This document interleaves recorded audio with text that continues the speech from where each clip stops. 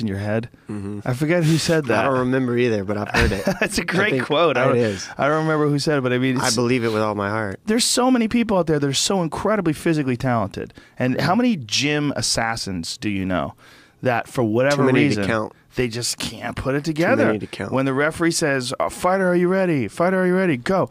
They just are a fraction of who they really are. Well, just really break down and think about what happens to the ones that do make it and then have to deal with the media and the opinions. And I really feel like athletes, the biggest hurdle is the fact that we're willing to actually just get up there and say we might win, we might lose. Right. And just put that out there and say, are you willing to put yourself out there like that?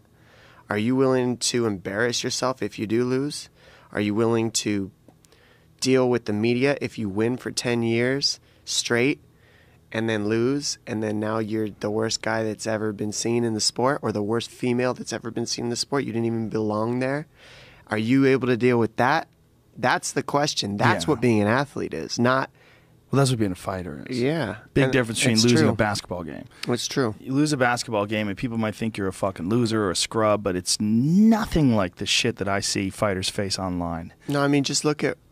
I got to bring Ronda Rousey up because it's heartbreaking for me as an athlete. I know what she's feeling. I know what she's going through. And as a female, it's even on another level. I can't really imagine that. Yeah. It's a different level of scrutiny, I would imagine. But... it shows how hard it is to deal with this, man. Like the ups and downs, because the downs hit hard just as hard as the ups hit. Yeah. And you got to be ready. And there can't be any separation in who you are with a win and a loss, because if there is, it's going to show. Yeah. And you got to be who you are and not be solely connected to fighting as your whole being. Otherwise, you're over when it ends. Right. That was something about the Ronda Rousey promos that I always felt like I didn't like hearing it. Like, she was like, I got to get back to fighting because it's the most important thing, and it's the thing that I can be best in the world at. And I was like, ooh. I actually like hearing that stuff. Do you? I do, and the reason is it's such a lesson if you're really listening in between the lines to the issue of the world. And that's just my opinion.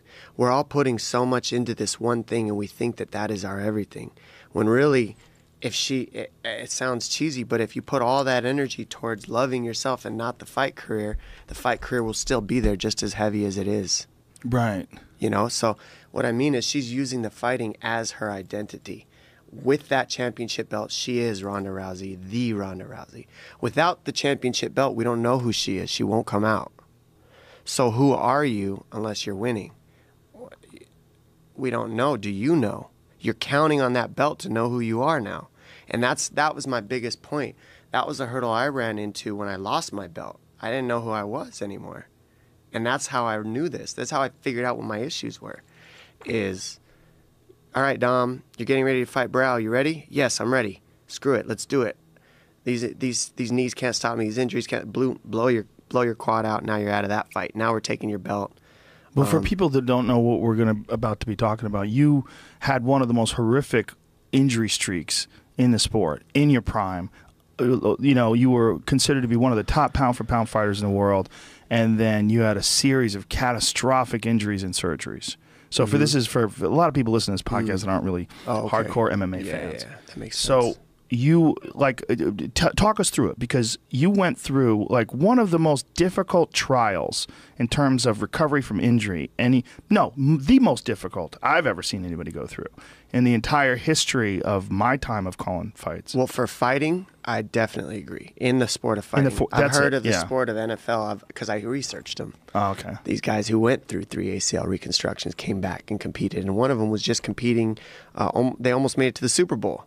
And he had 3 ACL reconstructions in the game of football and came back and was still playing, and he was like over 30. Wow. And people like that need to be around in this world. Sure, just to let you know that's possible. Just to let you know that it can be done. And that was kind of what gave that mindset right there. When you make it bigger than yourself is the only way you get the power to get through stuff like that. And that's what got me through, is understanding that I go through these knee surgeries. It becomes bigger than me when I come back and succeed. It's not just about me coming back and getting my belt. I already had belts. I already knew what it felt like to be a 5-time world champion by that point. at the age of 26 before I blew my knee out. I was on top of everything. I had everything that I thought I needed and wanted. Blew my knee out, get my belt stripped, go through 3 ACL reconstructions. You soon find out that you actually have no idea who you are. What was the initial injury? ACL, MCL. What happened though? I was training while I was getting ready on the Ultimate Fighter back in 2012 or 11 for Faber fight. We were getting ready to compete at the end of the show. And I was training with a guy, and it was just a hard week. I mean, we were the first show that ever went live and was training for the fight at the same time, being tough. We're the first and only live show that they did. So that meant that while we coached, we were also going to compete at the same time. So, like, I had to do my fight camp while I trained the Ultimate Fighter guys simultaneously. So I was doing 4 practices a day, 2 with the tough guys and 2 with myself. And that workload was just insane. That was a hard training camp. Ended up breaking me down, hurt my knee, just sparring. It was a sparring day. Guy went for a grappling transition and sagged to my hip weird and just blew my knee out, a crappy takedown, where they sag instead of actually get the takedown. Mm-hmm. And it just blew my knee out. When I blew my ACL, MCL, I was like, it's all right, you'll be fine. I fought it. I almost literally fought the injury. Like, you're too tough, you're too strong, you're too young, you can do this. Let's go. Fought the injury meaning not get surgery and try to rehab meaning it? You just heard what I just said. Like, it didn't happen. Mentally, right. I did the surgery. That wasn't the problem, though. That's my point. The problem isn't if you're doing all the things right to get better. It's understanding that I didn't need to fight to be better. Giving up on it was when I finally got better. Understanding I didn't need fighting to be who I was. When you say get better, you mean get better emotionally, psychologically? Well, physically. Even physically. So you think physically, I did not get better until I gave up on fighting the injury. And what I mean by fighting the injury is saying you'll be fine. You'll come back. Just keep training, keep training, keep training, keep training. And I trained, but in the logic that I was given with my with what I'm allowed to do, according to my physical therapist, Gavin McMillan. He would say, you can do this, this, and this. Don't push it. I wouldn't push it. I would do the things allowed. But I'm telling you, like, that wasn't the issue. The issue was surrendering. The issue was knowing that fighting was the only way I was going to be happy then. It was being able to compete was the only way I could find peace. Being able to prove that I was as good as I always was, even after the injuries, became everything that I was trying to do. It was just a nonstop fight to just get healthy. And I get through my second ACL reconstruction on the same knee. Then I blow my quad out before I was supposed to fight. How did you blow out the second one? You had the injury, you had it reconstructed, and then how do you blow out the second one? It's the same knee, and I was training on Christmas. How many months after the initial surgery? 6. So it's real recent. It's probably not 100% healed yet. It's not 100% healed yet. 9 months is supposed to be full strength. But 6 months is when you get to start pushing it to get ready to full. So now you're like 6 months to 6 months, you're not allowed to do any kind of cutting. Cutting meaning side to side. No lateral movements. Right. Just straight down the line. Nothing risky. Keep your brace on. When you trained out at a 6 month mark, they're like, take the brace off. You got to start getting the stabilizer strong. You can start testing it more. You can start doing things, but you still got to wear your brace when you do live scenarios. But you can drill without it. You see what I'm saying? Mm-hmm. So you're actually pretty strong. But now it's supposed to be strong enough that it's not going to tear. But that's when I had a cadaver ACL. Mm-hmm. So it wasn't as strong as it should have been at that 6 month point, because it was cadaver tissue. My body did not adapt to the tissue as well as it could have. So do they do an MRI to see where it's at, or do they just kind of base it on how it feels? They base it on the endpoint and the stability of your knee. When they manipulate it? When they manipulate it at the 6 month mark. You're going in every 2 to 3 weeks for 6 months to double check with the doctor. I've had two reconstructions. Yeah. Well, I was doing that at Curlin and Joe. They were good doctors, and they tried to stay on me, So you've had 2, so you know.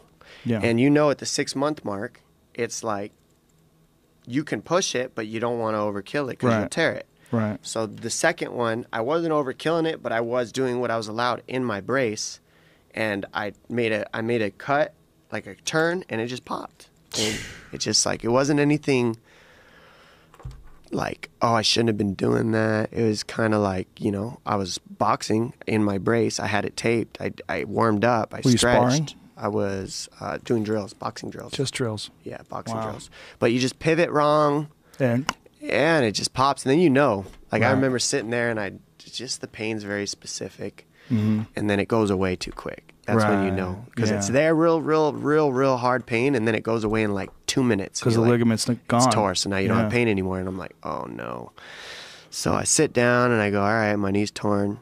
And that was when I hit like a real bad rock bottom on that one. That was like, that one, like, oh my gosh. When I went to the MRI and got home, I literally like called my friend and I told him to come over, and I pretty much just drank as much of a bottle as I could because I was in pretty good shape at that point. So it put me out. I passed out. I woke up in my porch with my head on the grill in the morning, just a mess. It was not pretty, but I didn't care because I was out for 9 months, you know? Right. So everybody hits these lows, you know, it's normal. What were you doing financially back then? Because Yeah. that's where it gets rough, right? That's another part of it. I mean, us athletes, we all know, you know, we only make money when we fight for the prize, you know? And thank God, you know, Lorenzo and the UFC, they gave me a decent chunk of money for a good part of time while I had the belt. And then once they took the belt, I stopped getting that chunk of money even when I was hurt. So they were paying me a little bit, a stipend while I was hurt. And that helped me. And then when they stripped the belt and gave it to Brow, they stopped with that, you know, because I'm not the champ anymore. And then it was kind of like, that's what I mean. That's when it kind of got turned reality. Like, you're not the champ on paper anymore. You didn't really lose it, but that's it. So what are you going to do? What is this it? You know, how are you going to make money? How are you going to do this? How are you going to do that? And I panicked, but I knew that I was going to still come back and fight because I was still young, and so I hadn't given up on fighting yet. Still only in my second ACL surgery, so I'm still not fully admitting that I'm a mess. Right. I'm kind of not really like admitting it to myself yet. And it's screw what you're saying to everybody else. That's what I'm trying to say. It's what you believe to yourself is all that matters. Right. Period. And I was like, I'll be fine. This isn't that bad. I can do this. I've gone through worse. So in doing it, I still hadn't really just given up yet. And so I'm still competing in my mind, which is the problem. And that's when you're overworking, and not just doing things you're not supposed to on your knee, but just in general in life. I'm just overworking. I'm doing my Fox stuff now to make money. And then I'm trying to do my rehab 5 days a week because I have to come back and fight for the belt when I come back. And that's another thing people don't equate is I was the champ, so I got to come back and fight for the belt when I come back after this injury. I don't just get to come back and fight somebody 3 rounds. I got to come back and fight 5 rounds. Never been done before. I had nobody to bounce this thought off of. I just had to wing it, man. And so I was, and that caused, I think, a lot of problems with me because I didn't have the mental capacity to deal with it at that point with all the things that I was doing. So I just kept grinding, and then I finally get back to health after the second ACL. 9 months goes by. All right, let's take this Barao fight. So I'm ready. I'm training in camp. About a month in, I have like a weird pinch in my groin. It turns out to be the exact same injury Daniel Cormier just pulled out of the fight for. It's the extensor tendon in it's the, I forget the name of there's a tendon in your groin area that pulls, and then you got to just rest it. I tore mine was a little bit worse. I tore the muscle, the quad muscle off the bone. So it like separated from the bone, but it wasn't all the way. It was just enough that I could still like think I was okay, but it would just fail on me occasionally. So I could tape it some days and it would be all right. Shoot a bunch of Toradol, which is for anybody who's curious, it's a legal anti-inflammatory. A lot of football players take it. Toradol? Toradol. It's I think that's what it's called. But anyways, it's a natural, or it's an anti-inflammatory, not a natural one, but it's like ibuprofen but stronger. And I would take that, and that helped. But it wasn't right. I remember I was sparring one day and I went to throw a right hand and my leg just gave out and I fell on the floor. And I wasn't kicking, I wasn't shooting, I just threw a right hand. And the feeling that of falling because I threw a right hand made me know like something wasn't connected. Like it just didn't feel right because it just failed me. It wasn't like it hurt and I stopped. It just literally, there was no pain and it just failed. And I was like, something's way mechanically wrong with me. I can't fight mechanically wrong like this. And that was about 4 weeks out of the fight, 3-4 weeks out of the fight. Well, I had already done a month camp with this injury trying to tough it out. So my camp was rough. It was a hard camp. And I didn't want to pull out, obviously, naturally. So I ended up calling Dana, and this is one of the few phone calls I've ever had with Dana, unfortunately. And this is probably one of the times he remembers, is telling him, I'm sorry, I got to pull out. But I remember not wanting to have my manager call him. This goes back to how my mom put something in my head where you deal with this face-to-face or talking. So I called and I said, look, I don't want to do this, but I got to pull out of this fight. I need if you got any doctors, you can have them MRI me, whatever you want, but I'm telling you something's wrong with my leg. So he's like, okay, I'll do it. I got guys on it. We can't have you pull out now. Well, I'm sure you're fine. Check it out. Get the doctors, check it. Yeah, your quad's torn. You can't fight. So the UFC pulls me. Dana's naturally pissed, but then that slides Faber in there. Boom. Faber gets the shot with Barao, ends up getting knocked out in that matchup. But I pull out of that fight. And that's when they strip my belt. And then that was the beginning of me giving up on fighting to an extent. And what I mean by that is it's different than you think. It sounds negative, right, when you say that. I'm giving up on fighting. But it is actually the building point in my life where I finally let go of control. I always had this thing up to that point where I wanted to control everything. It's just something that I always had the gift of being able to do. This last one, after the 2 ACL reconstructive surgeries coming back, and then tearing my quad after that, I said, like, I don't know what else you want me to do. I've gotten through 2 ACL reconstructions. My higher power is God, so I'm praying at this point. I'm saying, I don't know what you want me to do. So you're talking to God, saying, yeah, like, what do I got to do? What do I got to do, man? I'm in this for reasons bigger than myself. I want to come back and show people that this can be done. I'm not the only one that can do this. Anybody can do this, right? I'm here for you, bidding your will, God. This is my talking. And no answers, no nothing. And I said, maybe that's the answer. I remember thinking, maybe that's the answer, is just, you might not ever fight again. Are you okay with that? And that was something that I never allowed my brain to even go to, ever, until all these injuries hit me. And I would have never been able to unless I went through all that. That was literally all the stuff, because I'm so stubborn and so just tough that I had to go through all that just to mentally say, okay, you might never do this again. It could have been after the first one I could have done that, but I didn't.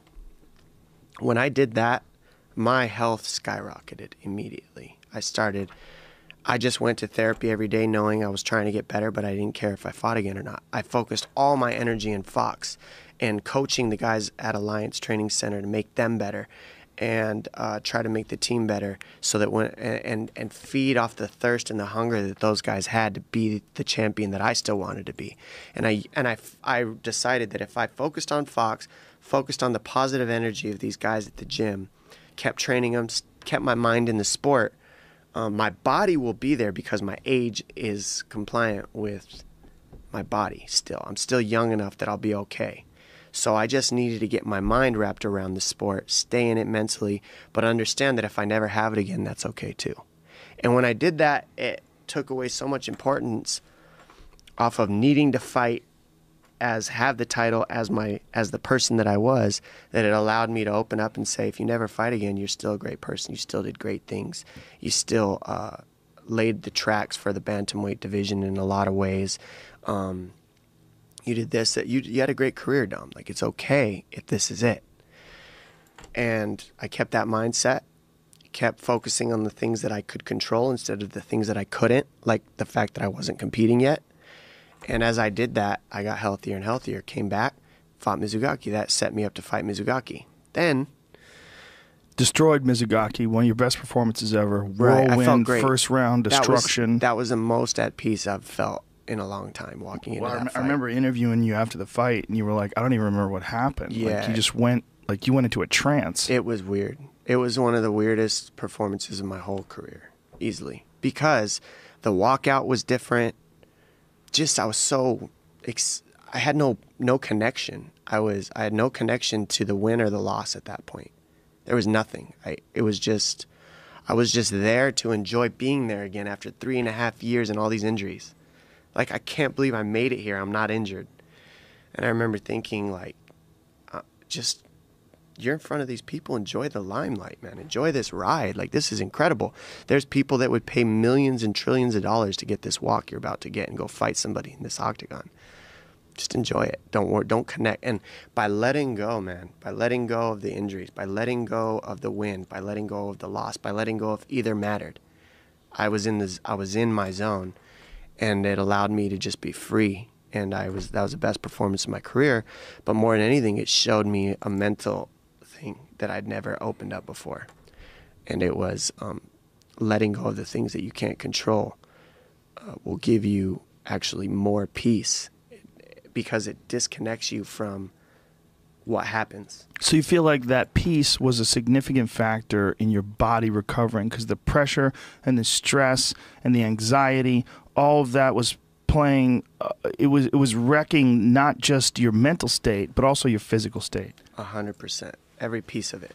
That's really interesting. Every piece of it. And that's the biggest thing I learned is like, it wasn't my physical body. It was my mind doing it to my physical body. So it was initially a physical injury, and then it was the cascade of psychological issues that came with the physical issue that led to more physical issues. It was the cascade of trying to figure out why I was so sad with all these things that I earned around me. That I already had everything that I thought, like, when you grow up in a trailer like I did, and then you go to winning a GTR, the car you wanted since you were a kid, in a prize fight, and having a home that you bought with your own money that you never thought you'd be able to own a home in California because you live in a damn trailer park in Tucson, Arizona, it kind of like makes you feel like that's it, you know, like you've done crazy great things, and those were all just dreams to me, and they happened so quick. Like at 20, you know, I mean, I didn't get my house till later, but when I got those things, it's like why are you so, I was still sad is my point. Like I had my depression that was hitting me. And that's, so many people in this world are dealing with depression. Like, it's a huge catastrophic problem across the planet. And I definitely, it's in my bloodline on both sides of my family, and it's something that everybody, not just myself, deals with on a daily basis, I think, in certain people's lives. And that hit me very hard. And I didn't understand why it hit me so much harder now, after I stopped competing. Like, why is it so much worse now? Well, the reason is my body was used to the activity, just go, go, go. And what I realized is I turned off all my emotional, spiritual, and mental issues with exercise, to where I never, ever, ever dealt with them, ever. I only physically worked them out. So my physical was perfection. I'm a world champion, monster killer, whatever you want to call me in your own respective mind, right? But emotionally, physically, and spiritually, I was a cricket. And I never understood that until I was hurt, trapped in my own body like a prison cell. Couldn't train, couldn't run, couldn't walk, couldn't bend my leg, laying on the couch eating pain pills, realizing, man, unless you train, unless you compete, you hate yourself. You hate yourself. You're a piece of shit in your own mind without those things, without the beautiful girlfriend, without the beautiful house, without the nice cars, without the big money to show people. You hate yourself. So what am I really doing? Why am I doing this? I lost sight that the whole reason we're fighting is it's a spiritual, emotional, physical, mental battle that helps you grow as an individual and as a human being. It's not just to have these things that you think will make you happy. You have to learn those things through the process. And I didn't know that until I was trapped in my own body. And I literally felt like I was in a prison cell. And I knew that wasn't right. We shouldn't be in our own body alone without people around us to keep us company, and on a couch feeling like we're in a prison cell, should we? No, definitely not. No, we shouldn't, but I did for 3 years. So how did you get yourself out of it? By just accepting it? And there must have been some sort of a mechanism that you used. I have people that I talk to, professionals, obviously. Like sports psychologists? Sports psychologists, and then you got to get a psychologist in general to deal with the depression, whatever, when you hit your lows. Like, it's okay to get, if you're bench pressing 350 pounds, it's okay to have a little touch. It's okay to have a little spot here and there, Uh-huh. And then after you get a couple spots, now after a while you can do it yourself. You don't need the spot anymore. Mm-hmm. That's how I look at psychiatric help to an extent for some people, especially if they're battling depression. Sometimes you just need a floaty, and then you can take the floaties off after a year. Ah. You see what I'm saying? It's a mental floaty, and it's okay because we all hit low points in our life where it's unbearable. And you either allow it to continue to be unbearable and just deny it, or you deal with the task at hand and say, I'm a little low right now. I need the floaties. It's okay. I'll get through this. And then when you take the floaties off, you realize I only needed them for a little bit of time, and now I'm okay. I'm here. And that's kind of what it felt like. It's like I just needed a little bit of a push. I needed to get through this and learn some things about my own mind and understand my own emotions and understand that I didn't need all these things that I was thinking weren't real. It was me not being in control of my own emotions. Your own emotions are your choice. And I chose to feel trapped. I chose to be sad. I chose to feel like I was jack shit. I chose all these things. And it's like, you don't need fighting to be these things. You need to let go of fighting to learn that you are something without it. And that was actually a gift. It became a gift because I learned so much in life now, bigger than fighting. I look at the things that I went through as a gift because I have gotten the gift of feeling retired during my career. Who else gets that? Some people retire for 5 years, lose their freaking mind, end up in the bar, and come back and try to fight again 10 years later. With a weakened body. A mess. From abuse, yeah. Why? The mind, Why, yeah. though? Why are they doing that? They're not doing it because they're physically capable. They're doing it because they never dealt with their life away from fighting. Fighting was their life. Fighting is who they are. Fighting is their persona. So take away fighting, what are they? They're in the bar, drinking away what they're not. Instead of drinking, putting the booze down and knowing what you are without fighting, being happy with that chapter of your life and being able to live who you are. I've gotten to feel that. And now I can fight with a peace of mind knowing how good I am without fighting and how great I am with it too.